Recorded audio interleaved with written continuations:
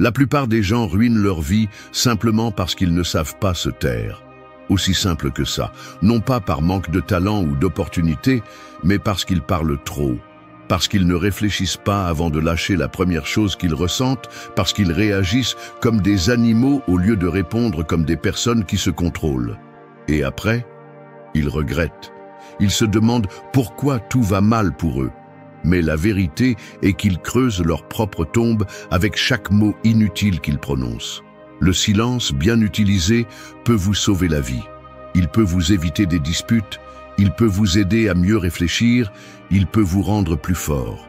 Mais personne ne vous l'enseigne. Nous vivons dans une société qui applaudit celui qui crie le plus fort, celui qui donne le plus son avis, celui qui fait le plus de bruit. Et où cela mène-t-il ?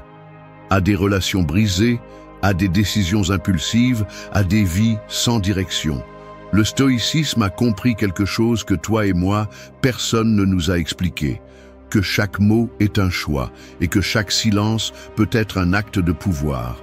Il ne s'agit pas de se taire par peur, il s'agit de se taire pour avoir le contrôle, de parler quand c'est nécessaire et de le faire avec intention, avec précision, avec un but. Cette vidéo n'est pas pour les gens fragiles. Elle est pour ceux qui en ont assez d'être leurs propres ennemis, pour ceux qui veulent reprendre le contrôle de leurs émotions, améliorer leurs relations et arrêter de saboter leurs objectifs. Nous allons parler du pouvoir du silence, du pouvoir d'utiliser votre langage comme un outil et non comme une arme qui vous tire dessus sans le vouloir. Et nous allons le faire à partir de la philosophie stoïcienne, pas à partir de phrases d'Instagram. Tu vas découvrir 8 leçons qui vont te rendre plus fort, plus clair et plus respecté. Elles ne sont pas magiques, elles sont pratiques et elles font mal, parce que changer fait mal. Mais ça transforme aussi. 1. Brise le cycle de ton ancienne histoire. S'il y a quelque chose qui te retient dans la vie, ce n'est probablement pas ce qui t'arrive maintenant, mais ce que tu traînes depuis des années. C'est cette histoire que tu te répètes dans ta tête chaque fois que quelque chose ne se passe pas comme tu l'espérais. Cette narration qui dit « je suis comme ça m'arrive toujours, je ne vais jamais changer ». C'est un cycle mental qui se nourrit de tes propres mots, de tes souvenirs maltraités et d'une identité que tu as construite sur la base de la douleur, de la peur et de l'échec. La philosophie stoïcienne le rend clair. Tu n'es pas tes émotions, tu n'es pas ton passé, et tu n'es certainement pas l'histoire que d'autres personnes ont écrite pour toi. Tu es ce que tu décides d'être à chaque instant. Tu es ce que tu choisis de faire avec ce qui t'est arrivé. Mais pour cela, tu dois briser le cycle. Et cela commence par le silence. Oui, le silence, parce que tant que tu continueras à répéter mentalement tout ce qui t'a fait du mal, tu ne laisseras pas de place à ce qui peut te faire du bien. Le silence coupe le bruit interne. C'est cet espace où tu peux observer sans réagir, où tu peux voir ton histoire comme si elle n'était pas la tienne, et pour la première fois, la remettre en question. Est-ce que cela me définit vraiment? Est-ce que cela me limite vraiment? Ou suis-je simplement habitué à le raconter ainsi? Chaque fois que tu racontes ton histoire à partir de la douleur, tu la renforces. Chaque fois que tu utilises des mots qui te lient, tu deviens ton propre geôlier. Que se passerait-il si tu arrêtais de la répéter? Que se passerait-il si tu décides simplement de parler de toi depuis un autre lieu? Pas avec des mensonges, pas avec des illusions, mais avec une autre perspective. Une plus froide, plus rationnelle, plus stoïcienne. Épictète disait « Ce qui perturbe les gens ne sont pas les faits, mais ce qu'ils pensent des faits. » Et cela inclut ce que tu dis sur ces faits. Parce que tes mots façonnent ton interprétation, et ton interprétation définit ta réalité. C'est pourquoi briser le cycle est un acte de courage. C'est choisir le silence là où il y avait auparavant des plaintes. C'est choisir de nouveaux mots là où il y avait auparavant de l'autocompassion. Il ne s'agit pas de nier ce qui s'est passé, il s'agit de décider comment tu vas en parler, ou si cela vaut la peine de continuer à en parler.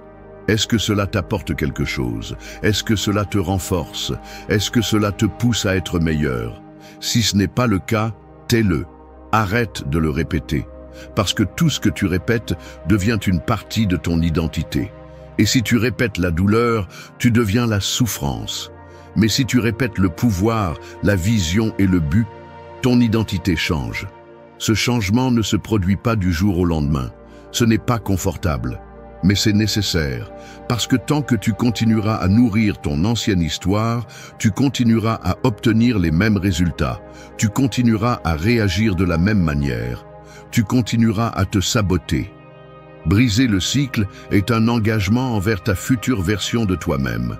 C'est regarder ton passé sans justifier tes limites. C'est admettre que ce qui t'a amené ici ne te sert pas à aller plus loin. Et c'est comprendre que le premier pas n'est pas de faire quelque chose de différent à l'extérieur, mais de commencer à parler différemment à l'intérieur. Tu n'es pas ce qui t'est arrivé. Tu es ce que tu décides de faire avec ça. Et si aujourd'hui tu choisis de garder le silence, de t'observer, d'arrêter de répéter la même chose encore et de construire une nouvelle histoire interne, tu es déjà en train de briser le cycle. Tu es déjà en train de sortir du personnage qui est resté coincé dans un vieux scénario. Et quand tu brises ce scénario, tu peux enfin en écrire un nouveau, un plus fort, plus clair, plus à toi. 2. Ferme ta bouche avant d'ouvrir une blessure. Parler sans réfléchir est l'une des formes les plus courantes de destruction de ce que tu apprécies le plus.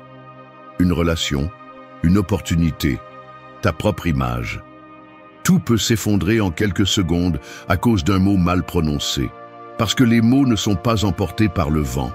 Ils restent, ils s'incrustent, ils laissent des marques que souvent même le pardon ne peut effacer.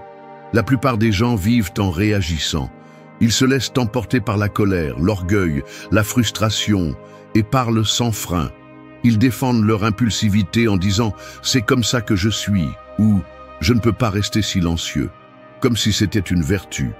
Mais la vérité est qu'il n'y a rien de courageux à dire la première chose qui te vient à l'esprit. Au contraire, c'est un signe de faiblesse, de manque de contrôle. La philosophie stoïcienne est claire à ce sujet. Celui qui ne maîtrise pas sa langue ne maîtrise rien. Parce que si tu ne peux pas contrôler ce que tu dis, tu ne peux pas non plus contrôler ce que tu fais, ni ce que tu ressens, ni la direction de ta vie. La langue sans contrôle est comme une épée entre les mains de quelqu'un qui ne sait pas ce qu'il fait. Elle peut finir par couper celui qu'elle veut protéger, ou se couper elle-même. Le stoïcisme ne te demande pas de te taire par soumission.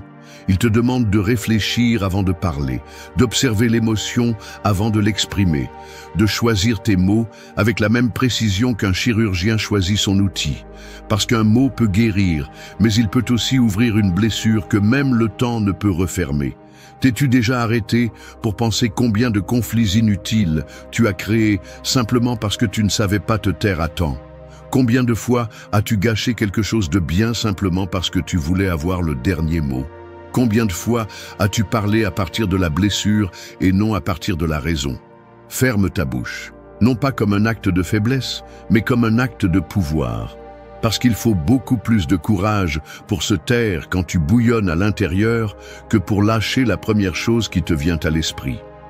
Le silence, dans ces moments, n'est pas vide. C'est une stratégie, c'est de l'intelligence émotionnelle, c'est du contrôle. Marc Aurèle disait « La meilleure vengeance est de ne pas être comme ton ennemi ». Et cela inclut de ne pas répondre au feu par le feu, de ne pas tomber dans les provocations, de ne pas te rabaisser au niveau de celui qui ne sait qu'attaquer. Parfois, la réponse la plus puissante est aucune. Le silence est inconfortable, il fait réfléchir, il démonte le conflit. Mais surtout, il te protège. Et il ne s'agit pas de réprimer ce que tu ressens, il s'agit de ne pas le donner au pire moment. Parle quand tu es en paix, pas quand tu es en colère. Parce que quand tu parles à partir de la colère, ce n'est pas toi qui parles, c'est ta blessure. Et quand tu parles à partir de la blessure, tu ne peux que causer plus de douleur. Si tu veux vraiment vivre avec un but, si tu veux vraiment construire des relations saines et arrêter de saboter tes objectifs, commence par entraîner ta langue. Avant de parler, respire. Avant de réagir, réfléchis. Et si tu n'as rien à ajouter, à apaiser ou à construire, mieux vaut garder le silence. Ce silence peut sauver ta journée, ton lien, ton chemin. Tout ce que tu ressens ne doit pas être dit. Tout ce que tu penses ne doit pas être exprimé. Parler en conscience est une forme de respect, non seulement envers les autres, mais aussi envers toi-même. Parce que tu te prouves que tu as le contrôle, que tu n'es plus une personne qui se laisse emporter par l'émotion du moment. C'est ainsi que se construit le véritable caractère. Pas dans les cris, pas dans les disputes, pas dans les phrases blessantes qui gagnent une bataille, mais perdent la guerre. Il se construit dans la pause, dans la décision consciente de protéger ce qui vaut plus qu'un élan. Ferme ta bouche avant d'ouvrir une blessure, parce que ce que tu dis peut changer le cours de ta vie. Et parfois, le silence non seulement évite le mal, mais te transforme aussi en quelqu'un qui mérite le respect. 3. Programme ton esprit avec un ordre de guerre. Quand tu ouvres les yeux le matin, ton esprit a déjà commencé à parler. Il ne t'a pas demandé la permission, il ne t'a pas consulté. Il a simplement commencé. Il a commencé à te rappeler tes soucis, tes insécurités, tes tâches en attente, tes anciennes peurs. C'est comme si tu avais une armée dans la tête, mais sans général. Et si tu ne prends pas le commandement dès le début, cette armée va agir par impulsion. Elle va paniquer, elle va perdre la bataille avant qu'elle ne commence. C'est pourquoi tu as besoin d'un ordre de guerre. Une phrase courte, précise, chargée de direction. Parce que chaque jour est un champ de mines d'excuses, de distractions et de provocations. Et si tu sors sans stratégie, tu te perds, tu te casses. Ou pire, tu deviens quelqu'un qui survit sans avancer. Les stoïciens ont compris cela des siècles avant que la psychologie ne le valide. Ils ne sortaient pas affronter le jour avec des désirs, ils sortaient avec préparation. Marc Aurèle se répétait mentalement qui allait le défier, quelles émotions allaient le frapper et quelle serait son attitude face à tout cela. C'est de la programmation mentale, c'est avoir le contrôle avant que le chaos ne commence.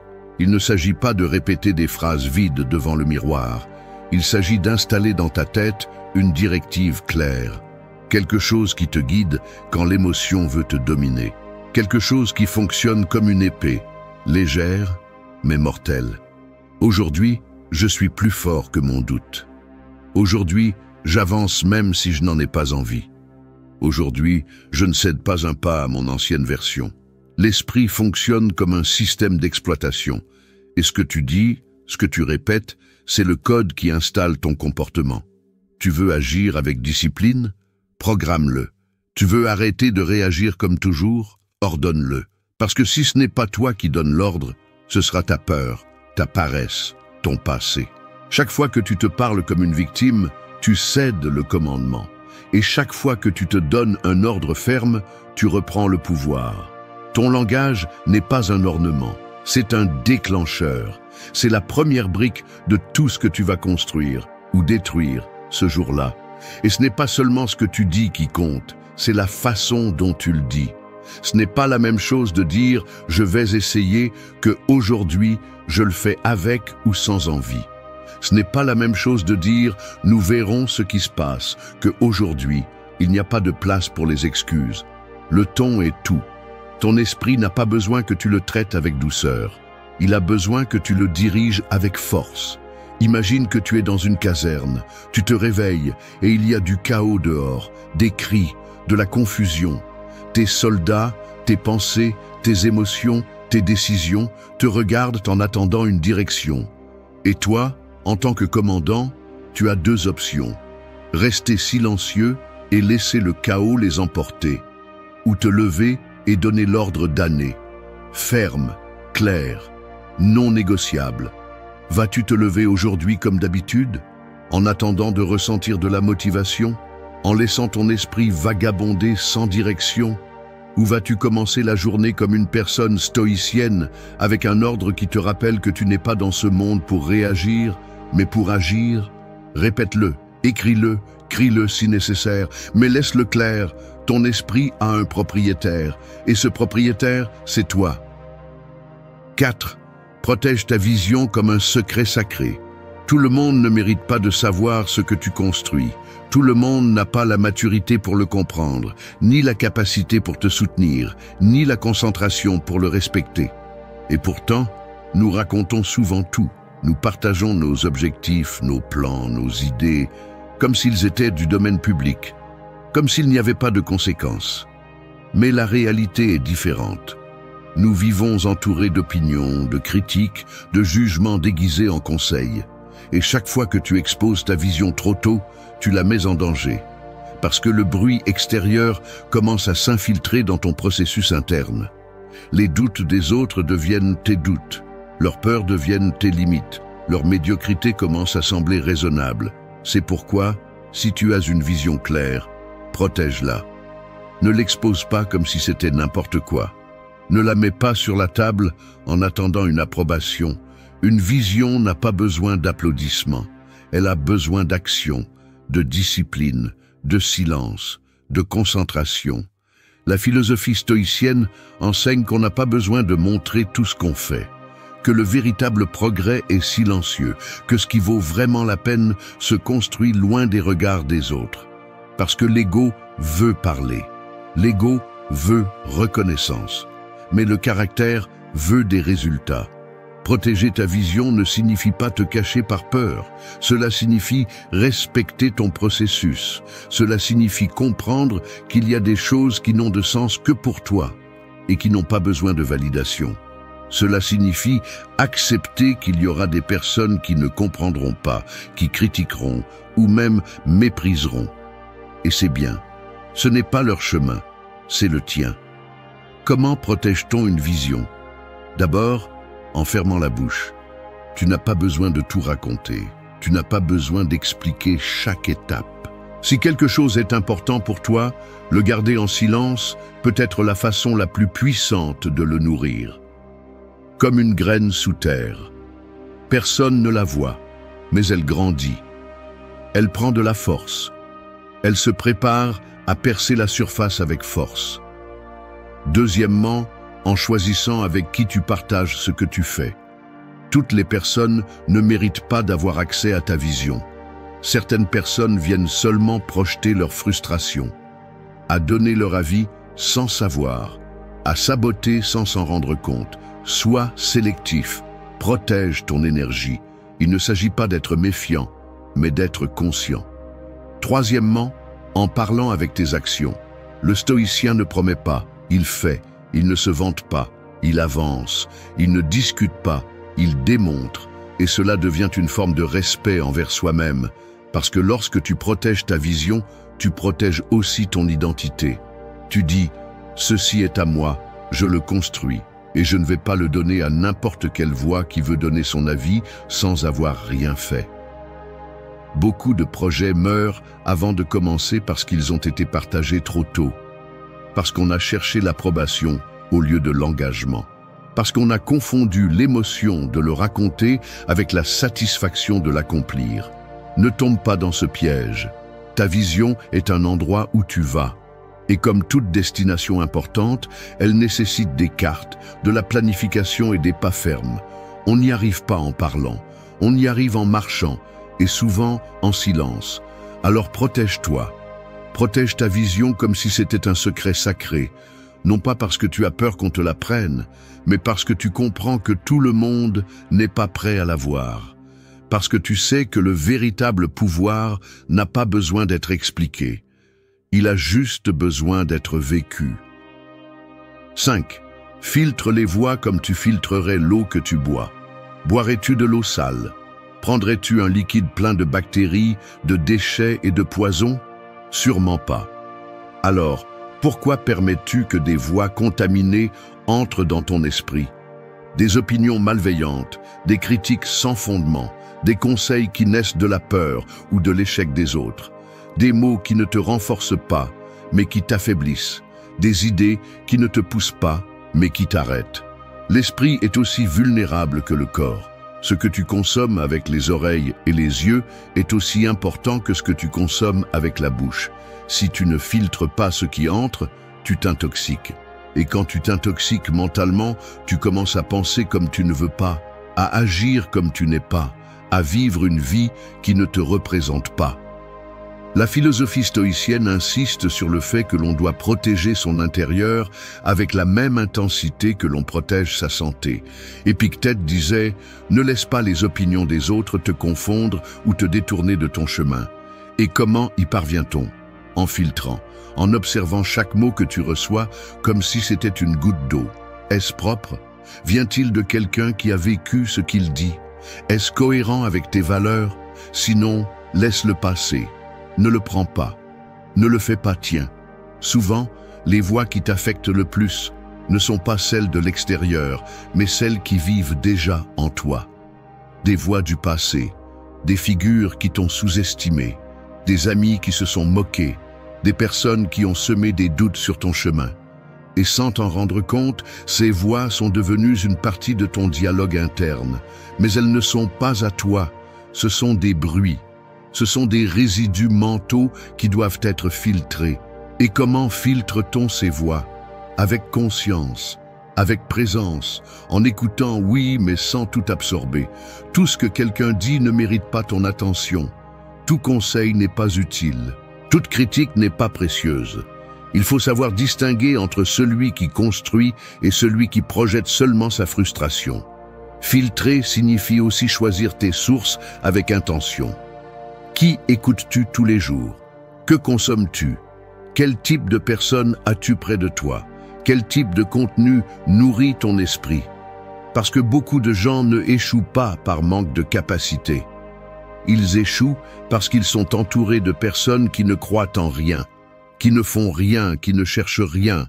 Ton environnement façonne ton esprit. Et si tu ne le choisis pas avec discernement, tu deviens une éponge de médiocrité. C'est pourquoi il est essentiel de t'entourer de personnes qui te défient, qui t'inspirent, qui exigent que tu sois meilleur. Des personnes qui ne te disent pas ce que tu veux entendre, mais ce que tu as besoin d'entendre. Qui te donnent de l'eau propre, pas du poison déguisé en affection. La personne stoïcienne moderne est gardienne de son esprit.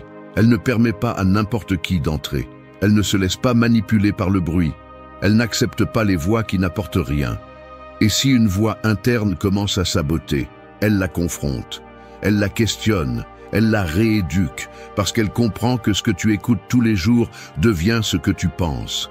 Et ce que tu penses devient ce que tu fais. Il ne s'agit pas de vivre dans une bulle. Il s'agit de développer un filtre, de devenir quelqu'un qui prend soin de son esprit avec la même attention qu'il prend soin de son corps. Parce qu'une seule phrase peut changer le cours de ta journée. Et si cette phrase est toxique, elle peut contaminer toute ta semaine ou même toute ta vie. Alors filtre, choisis, observe. Ne sois pas une victime du bruit. Deviens quelqu'un qui écoute avec discernement, qui répond avec sagesse et qui avance avec clarté. Ton esprit est un temple. Ne laisse pas entrer des voix qui ne respectent pas sa valeur. 6. Respire avant de brûler un pont. Il y a des moments où un seul mot peut détruire des années de confiance. Une seule réaction peut transformer une relation solide en un champ de ruines. Une décision prise dans un instant de colère peut marquer votre vie d'une cicatrice qui ne s'efface jamais. Et pourquoi cela arrive-t-il? Parce que vous n'avez pas respiré, parce que vous n'avez pas fait cette pause, parce que vous avez laissé le feu parler pour vous.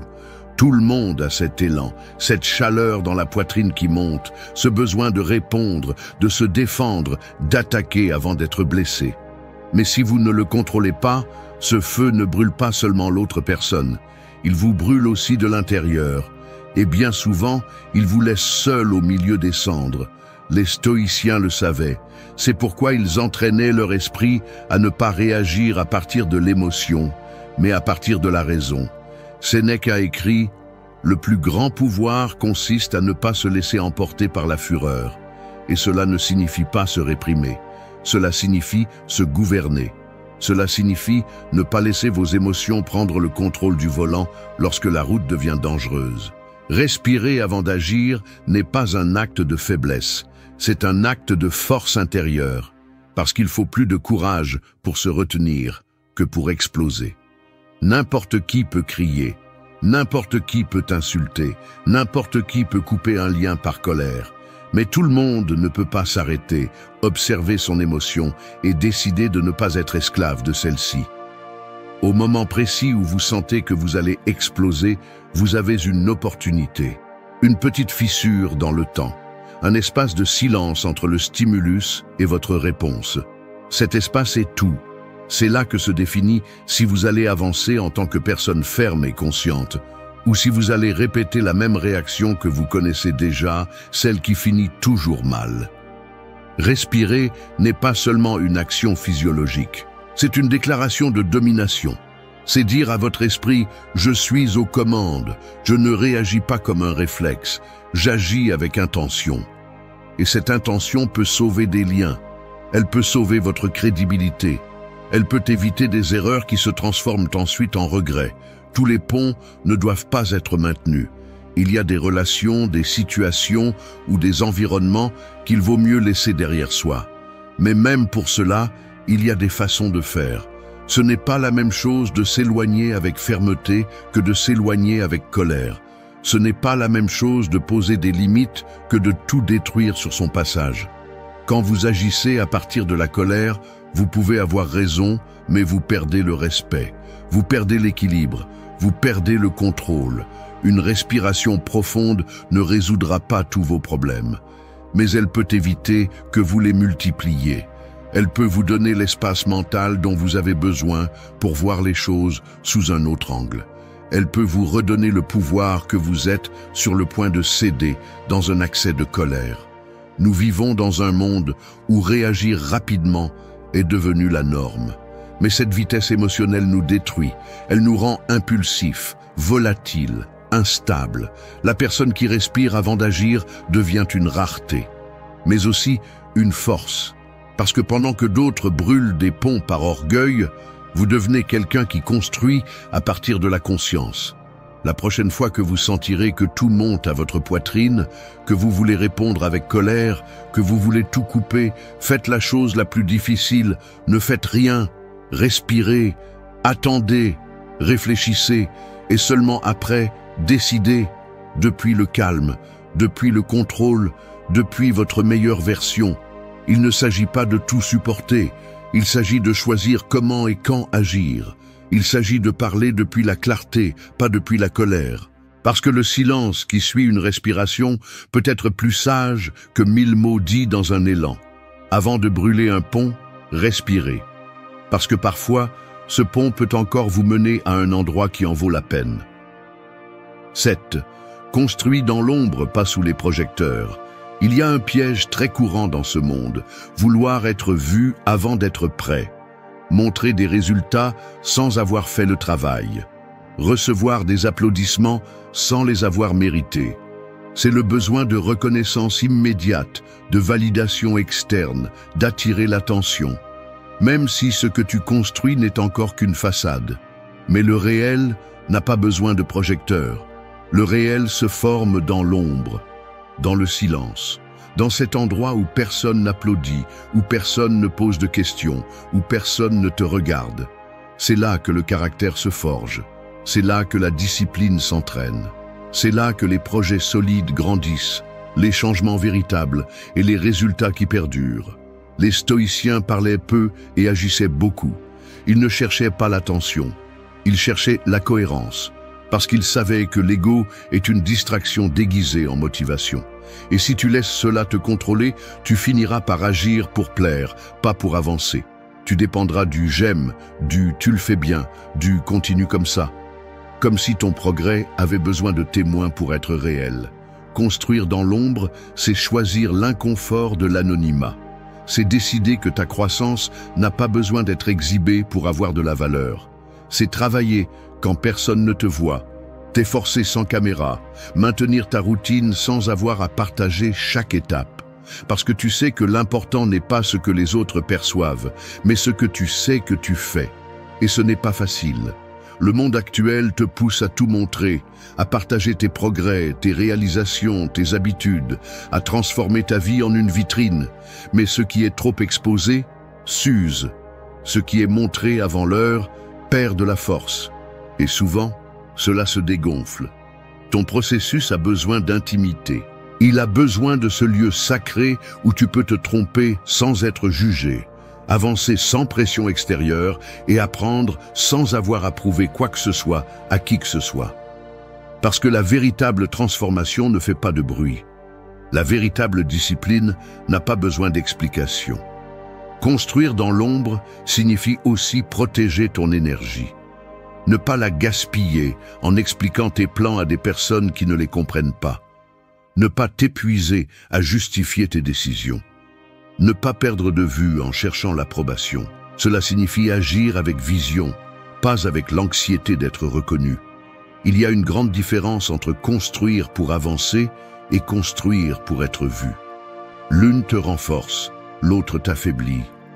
L'une te concentre sur le processus, l'autre t'obsède avec l'image. L'une te prépare à des résultats durables, l'autre te rend vulnérable au jugement des autres.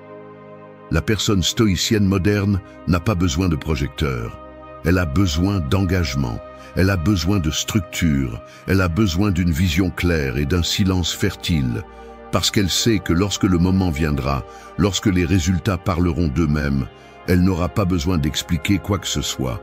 La constance parle plus fort que n'importe quel discours. Alors que le monde cherche à briller sans substance, toi, choisis de construire sans distraction. Fais du silence ta zone d'entraînement, de l'anonymat ton avantage, de l'ombre ton terrain fertile. Et quand viendra le moment de montrer ce que tu as fait, que ce ne soit pas parce que tu as besoin d'attention, mais parce que le travail est fait et qu'il ne peut plus être ignoré. Tu n'as pas à prouver quoi que ce soit pour l'instant. D'abord, prouve-le à toi-même, en silence, sans projecteur, sans public, juste toi et ton engagement. Parce que ce qui est construit dans l'ombre grandit avec des racines plus profondes. 8. Fais du silence ton charisme naturel. Dans un monde où la majorité parle trop, le silence a du pouvoir, il a du poids, il a une présence. La personne qui sait garder le silence au bon moment ne passe pas inaperçue. Non pas parce qu'elle essaie d'attirer l'attention, mais précisément parce qu'elle n'en a pas besoin. Son calme, son regard, son contrôle disent beaucoup plus que 1000 mots. Il y a quelque chose de magnétique chez celui qui ne se précipite pas pour parler, chez celui qui n'interrompt pas, qui ne lutte pas pour l'espace, qui n'a pas besoin de remplir chaque vide par du bruit. Cette personne inspire confiance, elle transmet la sécurité, elle transmet le respect, parce que le silence bien utilisé n'est pas vide, c'est une structure, c'est un signe de maîtrise personnelle. Et cela se perçoit, même sans dire un mot. La philosophie stoïcienne défendait le silence comme une vertu, non pas comme une forme d'évasion, mais comme une forme de pouvoir. Épictète le disait clairement, si ta conversation n'est pas meilleure que le silence, alors ne parle pas. Et cette phrase devrait être une règle de vie, parce que la plupart du temps, on parle par impulsion, par malaise, par insécurité, comme si le silence était un ennemi, comme si se taire était un signe de faiblesse ou d'indifférence. Mais c'est tout le contraire. Le silence est un choix conscient. C'est une démonstration d'intelligence émotionnelle. C'est la pause qui montre que tu observes, que tu écoutes, que tu traites avant de répondre. Et dans un monde où beaucoup de gens réagissent sans réfléchir, c'est rare. Et précisément pour cette raison, c'est précieux. Le silence protège aussi ton énergie. Il ne t'oblige pas à trop expliquer. Il ne t'expose pas à des interprétations erronées. Il ne t'implique pas dans des conflits inutiles. Quand tu apprends à l'utiliser, tu découvres que tout ne mérite pas une réponse, que toute provocation ne mérite pas une réaction, que toute conversation ne requiert pas ta participation. Et le plus intéressant, c'est que le silence, loin de t'éloigner des gens, peut te rendre plus attrayant, parce qu'il suscite la curiosité, il génère du respect, il donne l'impression qu'il y a quelque chose de plus profond en toi, quelque chose qui n'a pas besoin d'être exposé pour exister. Le véritable charisme n'est pas dans le fait de parler beaucoup, il est dans le fait de savoir quand parler et quand ne pas le faire. Fais du silence ton charisme naturel, non pas parce que tu veux paraître mystérieux, mais parce que tu as appris à te respecter, parce que tu sais que ta valeur ne dépend pas de combien tu parles, mais de combien tu as de contrôle sur toi-même. Parce que tu comprends que les personnes qui ont un impact réel ne sont pas les plus bruyantes, mais les plus équilibrées. Il est également important de comprendre que tout silence n'est pas confortable. Parfois, se taire fait mal. Il est douloureux de ne pas répondre à une attaque. Il est douloureux de ne pas se défendre face à une injustice. Il est douloureux de ne pas dire ce que l'on ressent. Mais cette douleur renforce aussi, parce qu'elle t'oblige à gérer ce que tu ressens sans exploser. Elle t'oblige à choisir le bon moment, les bons mots, la bonne manière. Et cela, avec le temps, devient l'un de tes meilleurs outils. Il ne s'agit pas de se renfermer ou de cesser de communiquer.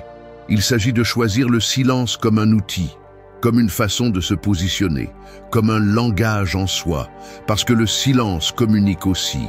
Il parle de maîtrise de soi, de respect, de stratégie. Il parle de quelqu'un qui n'a pas besoin d'être constamment validé pour se sentir en paix. Fais du silence une partie de ton identité, qu'il soit la première chose que les gens remarquent quand ils te rencontrent. Non pas parce que tu n'as rien à dire, mais parce que tout ce que tu as à dire vaut la peine d'être écouté. Et cela commence par parler seulement quand c'est nécessaire.